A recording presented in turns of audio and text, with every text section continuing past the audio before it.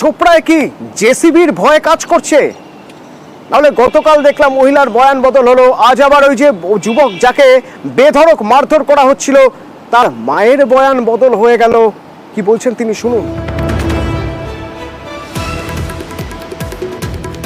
এই যে এত বড় ঘটনা ঘটছে, ছেলে এবং বোমাকে মারধর করেছে, তার শাস্তি চান না আপনারা? আমি জানি না যে আমার ভিডিওটা করেছে, আমি ওয়ারে শাস্তি চাই। আমার ভাইরাসটা করলে কি, আমার ধর্ম নষ্ট করলে কি? যে মেরেছে আমি চিনি না, কে মেরেছে নি মেরেছে, কে কি করেছে ওটা আমি জানি না। ওর শাস্তি চান না আপনি, যে মেরেছে? না না না, ও আমি তো জানি কেনা বাপ, চিনি কেনা, আমি কার কথা বলবো?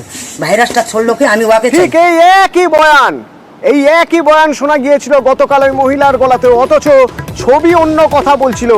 শুনুন কি বলছেন ওই মহিলা।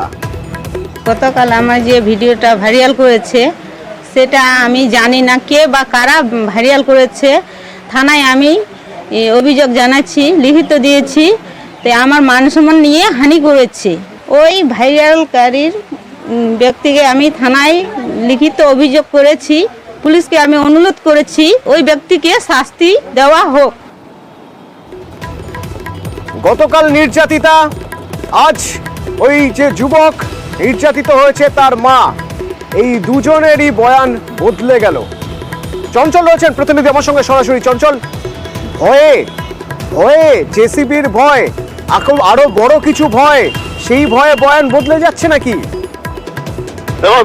এটাই কিন্তু এখন প্রশ্ন ঘুরপাক করছে যে যার বিরুদ্ধে অভিযোগ তার কোনো শাস্তি দাবি তুলছেন না, অথবা যে ভাইরাল করেছে ভিডিও তার শাস্তি দাবি তুলছেন।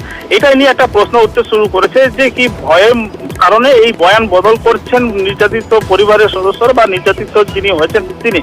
তাহলে এই নিয়ে কিন্তু একটা একাধিক প্রশ্ন উঠতে শুরু করেছে। তবে আজকে যে ঘটনা আমরা গেলাম যে গ্রামে গিয়ে তার পরিবারের সাথে কথা বলি, এবং যে ছেলে অর্থাৎ যে ছেলে নির্যাতিত হয়েছিল তার মার বয়ান ঠিক একই, যে তিনি যে ভাইরাল করেছে তার শাস্তি চান, এবং যিনি মেরেছে তাকে চিনেনি না, এবং তার কোনো কথা বা তার শাস্তির ব্যাপারে যদি আমরা জিজ্ঞেস করি তিনি কিন্তু তাকে চিনেন না, একবারে অস্বীকার করে দিচ্ছেন। তবে এটাই একটা প্রশ্ন ঘুরপাক করছে বিভিন্ন মহলে যে কি ভয়ে বা কারো চাপের মুখে বয়ান বদল কিনা, এই প্রশ্ন তো উঠবেই।